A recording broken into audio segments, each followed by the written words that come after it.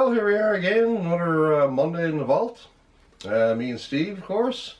And it's a special Canada Day event. And Memorial Day in Newfoundland and Labrador. Yeah, so that's pretty exciting. It's very exciting. So we're going to talk comics around at the round table, of course. Let's go lay this down here. All right. So, Yes. let's talk Newfoundland and comics. Okay. All right, we all know Captain Newfoundland, of course, right? You know, from the Herald.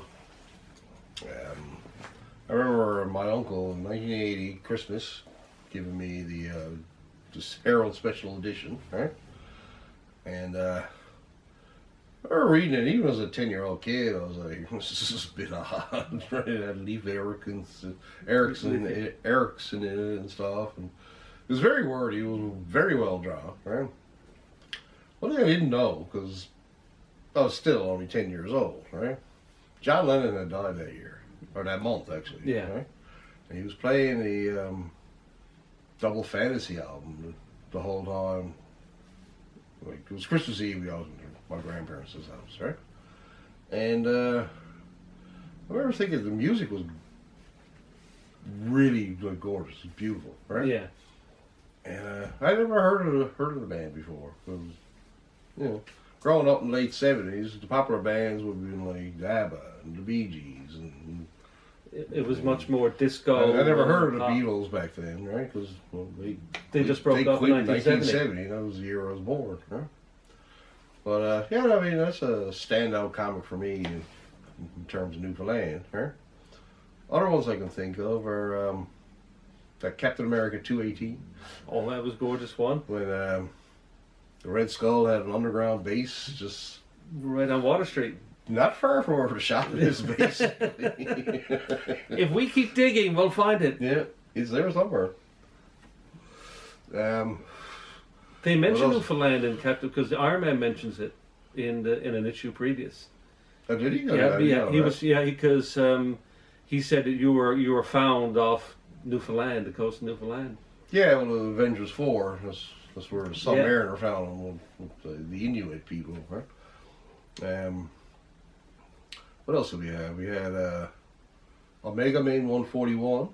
Okay. They were actually in Newfoundland when Hal Jordan and what was his girlfriend's name again? For how? Oh, Carol. Was Yeah. it Carol? So she was the Sapphire. Yeah, Star Sapphire. Star Yeah. Sapphire. Carol Danvers? No. Carol Danvers? No, that was that's Ms. Captain Marvel. Miss Marvel. Yeah. Yeah. Anyways, they had their vacation in Newfoundland, and it's around the bay, right? Because it's all like tree country and stuff, right? And of course, they run across the Omega Man who came down from space and just happened to be Happened to be there. in the woods somewhere, right? Great cover by George Perez, by the way. Right? Really liked it. And then you had Firestorm Volume 1, Number 4, where he's attacking a bunch of sealers. Okay. Well, it was late 70s. Like, that was what you did back then. You hated the sealers, right? You're all pro Greenpeace, right? And Greenpeace wouldn't exist without the sealers, right? Well, that's true, folks. It's always yin and yang to everything. Yeah, and then you had Incredible Hulk 250. Same Yeah. thing. Silver Surfer was like, why can't mankind get along? And he's attacking a bunch of sealers because some woman's there, like some pretty woman's there, like spraying seals, and the sealers like, oh, up there, you know. I got a pretty bad name.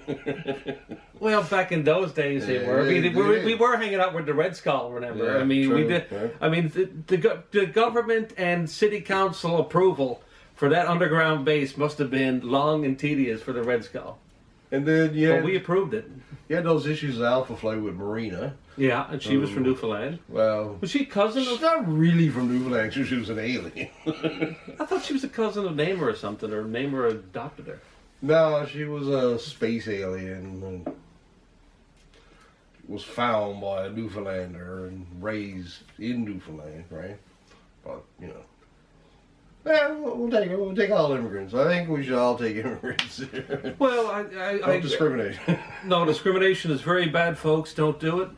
Remember, on this show, we're pro everything, really, in terms of the immigration thing. We don't want to build walls, we want to build malls. And another comic I think of was Alpha Flight Volume 2, number 13.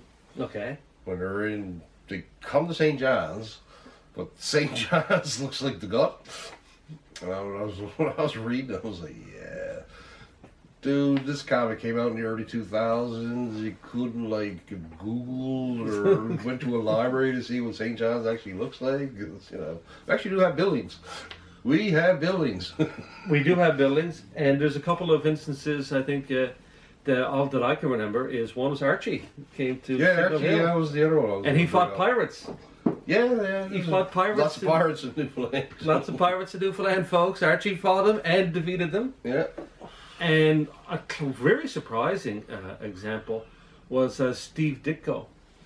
Yeah. He illustrated a story called Ghost and Fog, and that was off the Grand Banks of Newfoundland. Oh, was it? Okay. And it was an amazing comic book, and Nice. I've always meant to send him a letter. It's unfortunately, God rest Steve Ditko's soul, but I always wanted to send him a letter to say, where did this idea come from? I mean, I know he didn't write it, but the beautiful of course, Ditko illustrations, and the menacing fog, and the fisherman who's lost in his dory. Yeah. Absolutely gorgeous illustrations, and that was in a Sharpen comic.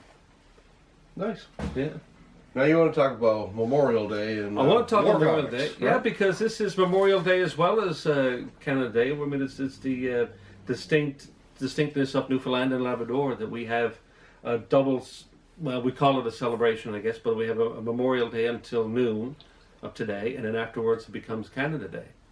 And I can't think of many depictions of World War One in comic books. No, me neither. Right? World War II was like, Ubiquitous.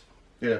Like I remember as a kid going to the newsstand, and you obviously Sergeant Rock, and Unknown Soldier, and GI Combat. The Losers, And Haunted Tank. I never collected them because I always knew they'd never be worth anything. Oh, okay. Because I don't know, it was 1980, and I'm like, the war's been over for 35 years. But it's like, and Sergeant Rock was always like 3 little stories in each one. Same with like House of Mystery, House of Secrets, right? And I mean, sure, I've read a bunch over the years. I've read some good stories and stuff, but as a young kid, like my 50 cents, I wanted to make the best of it. And I wanted something that I felt was going to be collectible. Like, there's no first appearances, like other than like the first issue of Sergeant Rock, right? Sergeant Fury, that was all reprints at the time, right? Yeah, Nick Fury. That was the Sergeant Fury and his Howling Commandos. Yeah. So I never really got into them, and I was right. Like when I get back issues of Sergeant Rock from the 80s, they're either priced at $1 or $5.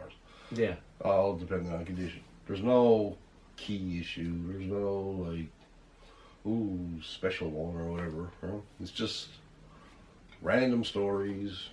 Usually one of them was good. A couple of them are good, right?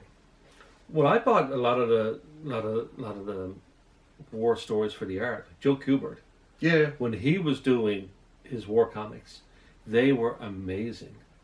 And Jack Kirby, when he was at DC, he had a run with The Losers. Yeah. And that was a wonderfully drawn and written series.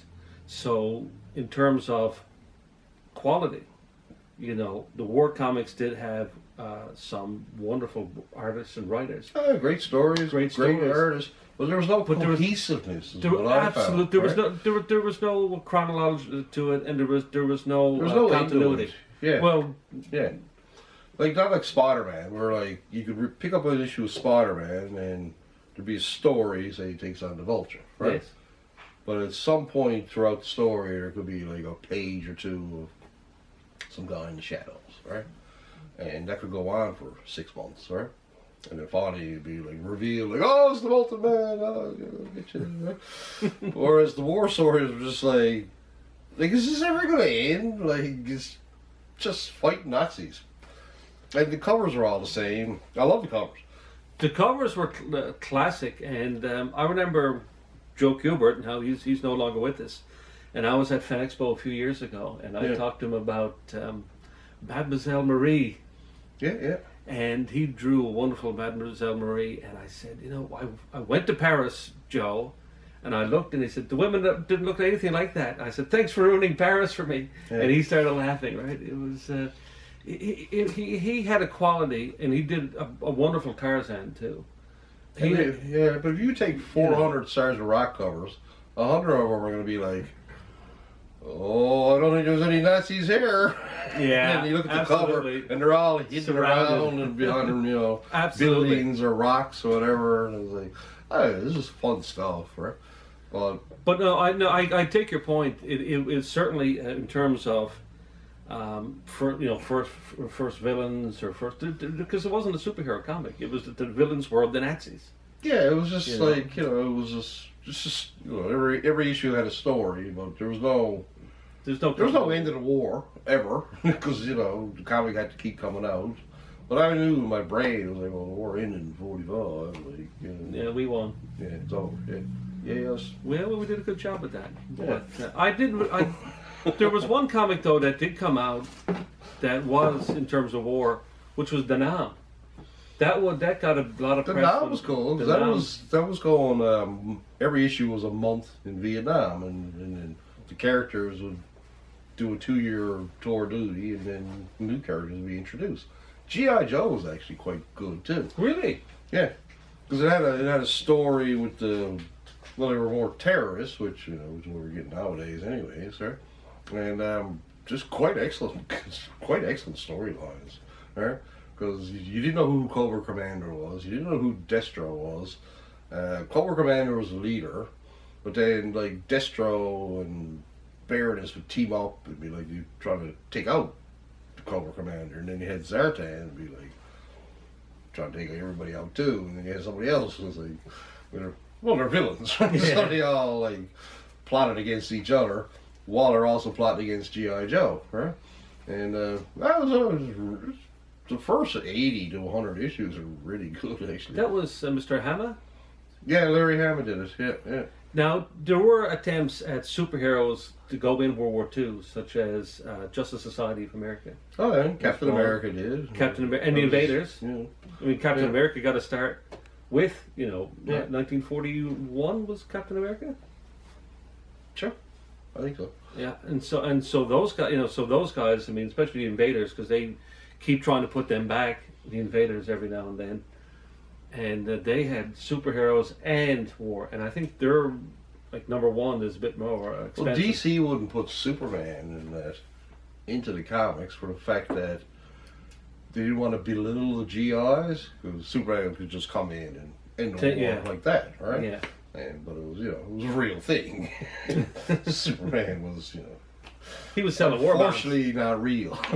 Unfortunately, folks, because Superman with his values will be welcome at any age. Yeah. Captain America made more sense because he was super, but he wasn't Superman. No, he was a guy who had the super formula, super soldier formula, and then he was experimented on. Yeah. And the scientist was German, who invented the formula. Yeah. German American. A lot of good scientists are German, actually. Well, the German people are good people. Some were good and some were bad. Yeah, exactly. I mean, in terms of the wars, but it is World War II focused. The Second World War focused. Yeah. And you're going to get that. The only time I think you saw different wars was in EC Comics.